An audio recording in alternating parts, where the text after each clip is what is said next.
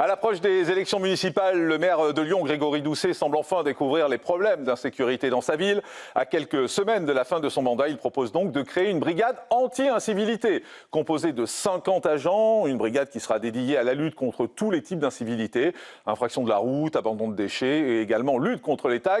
Vaste programme. Créer des brigades anti-incivilité. À cette proposition du maire écologiste sortant, les Lyonnais sont unanimes. Très bien, mais trop tard. C'est un peu dommage d'être sur le tard. Je trouve que c'est juste une réaction un petit peu politicienne pour remplir les urnes. Si c'est pour que ce soit là, pour faire joli, quoi, et on le dit ça dans le vent, ou pour au contraire que le maire maintenant il fait ça exprès avant les élections pour je trouve ça bête, quoi. Pour les élections, ça va aider, mais je pense que ça peut être pas mal aussi parce que ça peut rassurer certaines personnes et amener de la sécurité. Le syndicat FO salue néanmoins les mesures proposées, pourtant inaudibles quelques mois auparavant. On a vu Lyon évoluer comme le maire. Tout ce que propose Grégory Doucet aujourd'hui, c'est ce qu'on demandait au début de son mandat et il avait tout le temps pour le faire. Donc les autres candidats, tout le monde, nous, on savait, il va y avoir des promesses. Mais on attend, et il n'y a pas que nous. C'est dans l'intérêt du monde politique.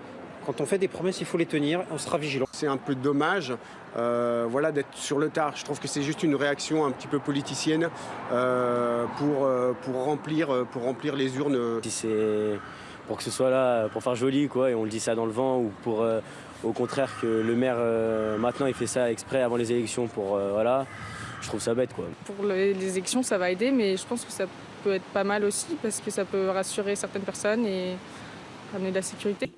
Le syndicat FO salue néanmoins les mesures proposées, pourtant inaudibles quelques mois auparavant. On a vu Lyon évoluer comme le maire. Tout ce que propose Grégory Doucet aujourd'hui, c'est ce qu'on demandait au début de son mandat et il avait tout le temps pour le faire. Donc les autres candidats, tout le monde, nous, on le savait, il va y avoir des promesses. Mais on attend, et il n'y a pas que nous.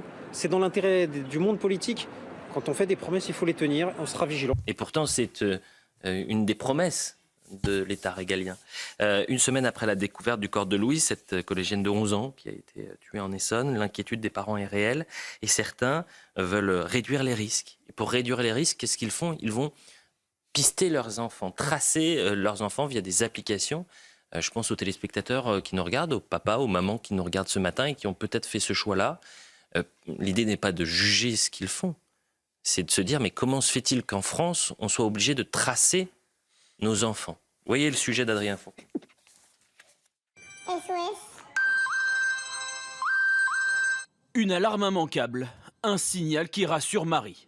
Face à l'insécurité, cette mère de famille n'a pas laissé le choix à ses deux adolescentes. Leurs téléphones sont désormais équipés d'une application de géolocalisation. Je peux constater où elles sont à n'importe quel moment de la journée. Plus l'âge avance, plus les enfants demandent une certaine autonomie. Donc ils ne nous tiennent pas au courant de leur programme dans la journée. Donc c'est vraiment pour se rassurer. Comme elle, ils sont de plus en plus de parents à géolocaliser leurs enfants.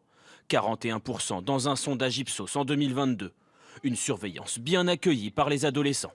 Moi je le vis bien, ça me dérange pas parce que c'est mes parents. Ça me rassure de savoir qu'il y a quelqu'un qui sait toujours où je suis, à quel endroit je suis. Je pense que c'est en grandissant que ça devient moins contraignant et surveillant moins. On est moins enfermé par les traceurs. Moi je me sens plus en sécurité dans la banque parce que dans ce monde, on ne sait jamais ce qui peut arriver.